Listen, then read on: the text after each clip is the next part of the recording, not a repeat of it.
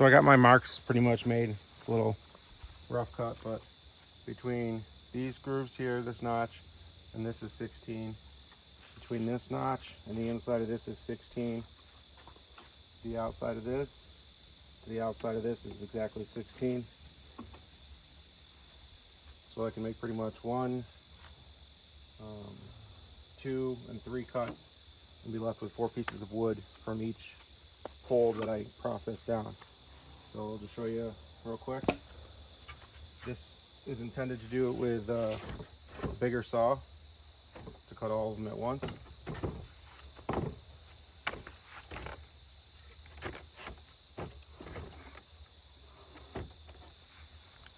We'll go ahead and just trim the small pieces off of this real quick.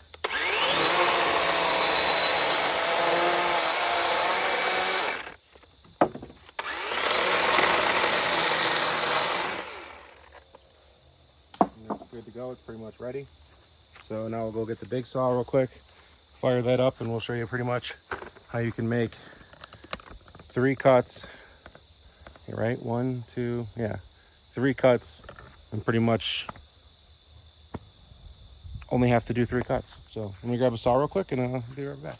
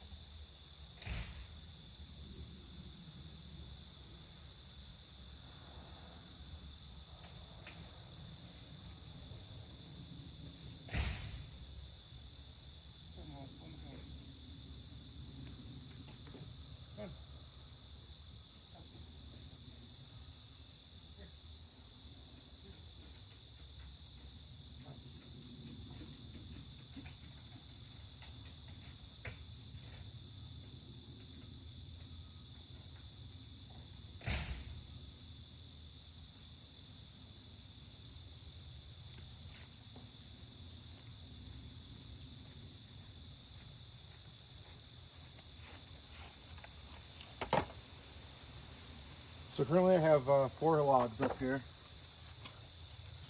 Only 3 of them are long enough to pretty much get another section off the end of it. So we'll show you guys the basics of it.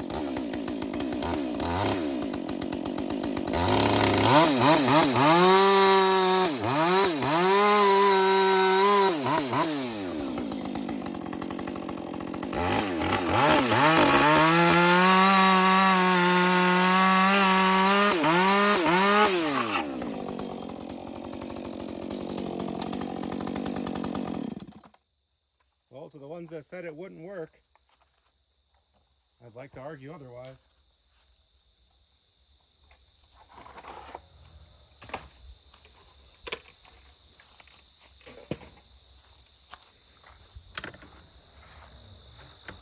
All of the wood's still in the air. Don't have to bend over to pick it up off the ground. I got all these 16-inch sections already made up. We'll just pick them off the table. And every single round that's on the table is 16.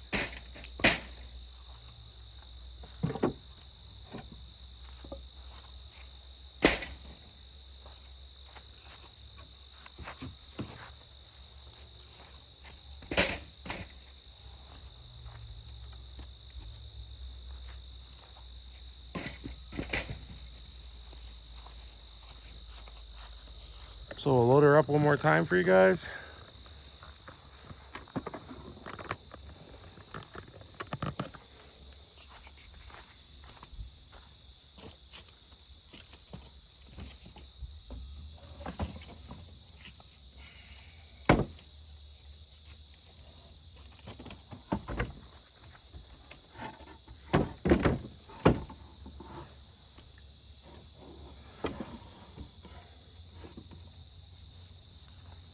I have to cut the end off of that one.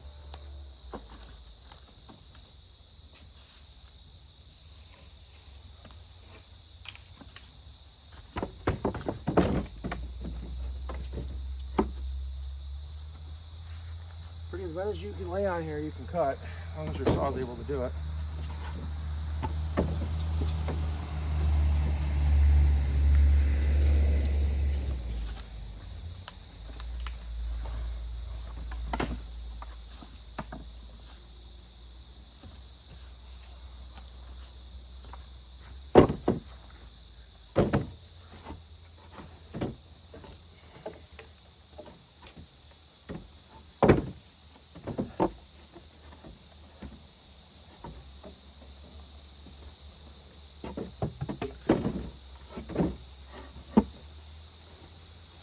There we go.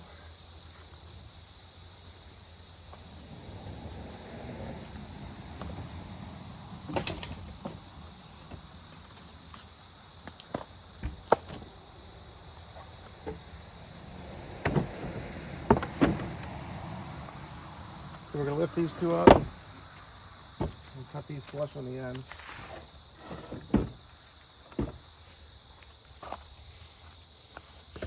Yes, I know I'm not in the right material or appropriate attire to cut firewood. I'm aware. I know. Gotta love the PPE police. All right, let's chop this up again.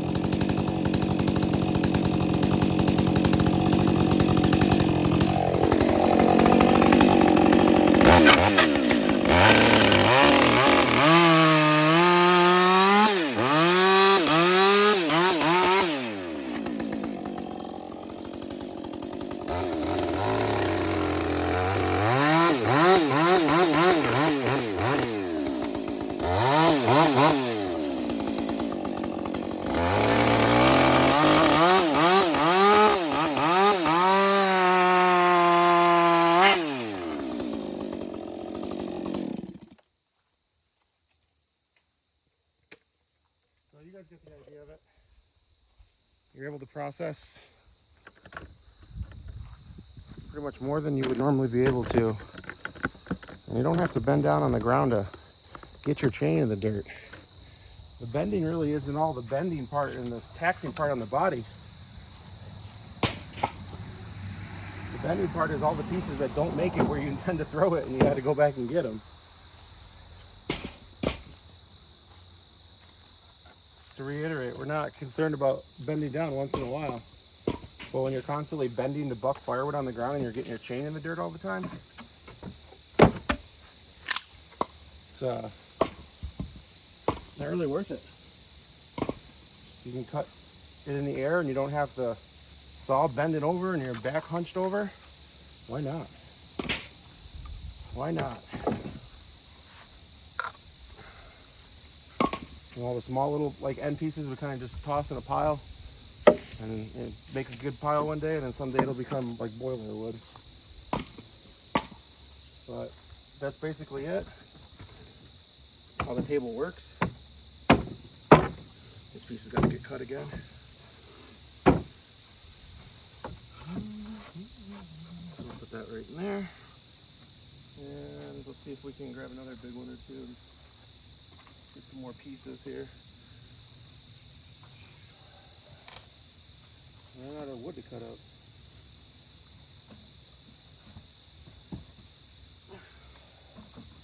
Here's a nice long one.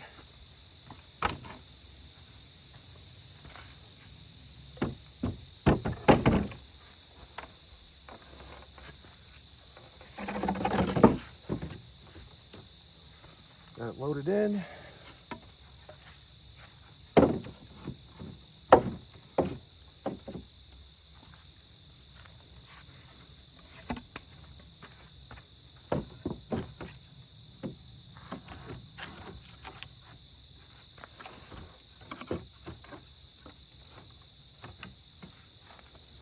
Good. So now we got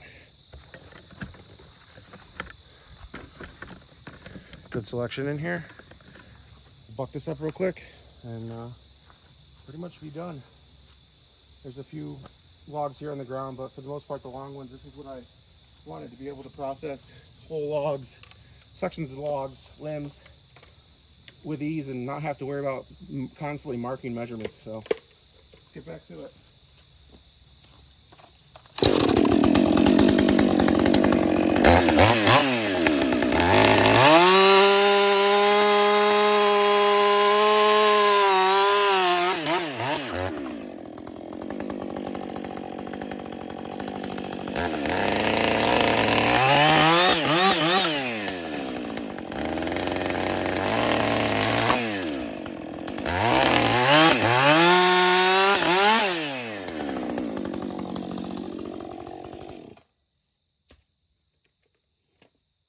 Good to go. Perfect 16 inches every time. It's right here. You load the wood up there and you never have to put it on the ground again.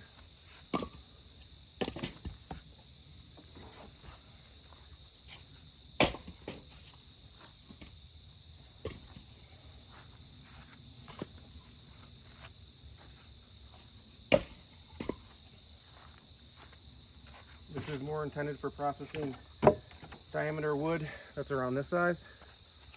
This smaller stuff, I mean, it will do it, but it's more of a waste. But if you can get stuff around this size, it's perfect.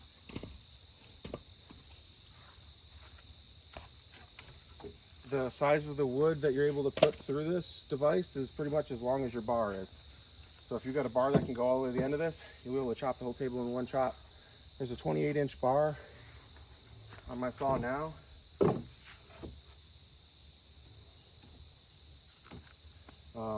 Yeah, these small ones ain't even really worth it. And it seems to pretty much do fine. I don't have any issues with it, so you could use a bigger bar if you wanted to, but you really don't need it. So I don't know, let me know what you guys think. Another way to cut firewood. Bucking table with sections marked out. So just for clarification, put our bar and chain right between this slit here where the chalk is 16 on the inside of this. So we go right on the inside of this board. I made sure there's no screws or nails that it's going to hit. And then on the outside of this right here where the chalk is 16 again. So for 1, 2, 3 cuts, you'll get, out of one log, you'll get 1, 2, 3, 4 pieces of wood for every 3 cuts. As long as you pretty much have the poles the right length. But I don't know. Let me know what you guys think. This is just a basic little table with some stops to prevent the wood from coming forward or as you're cutting it. Probably could use another one here in this corner. But other than that, I think it works. Let me know what you guys think. Here's all the wood just from just that little right now. These are some odd lengths ones that we can put up there. We just got to put a couple more of these gussets in the front to prevent wood from coming forward, but probably add another one like there and there. And this thing will be straight up minty fresh. So hope you guys liked it. This will help you guys make firewood and make consistent firewood at 16 inches. A lot of people just burn it in their stoves. I bundle it for sales. So everything pretty much has to be 16 inches for me. This whole rack was based off of 16 inches. It's just wide enough for 16-inch wood with bundles on it. This is all just bundled wood that has to get to the stand. Got a good amount of it. Just got a refiller.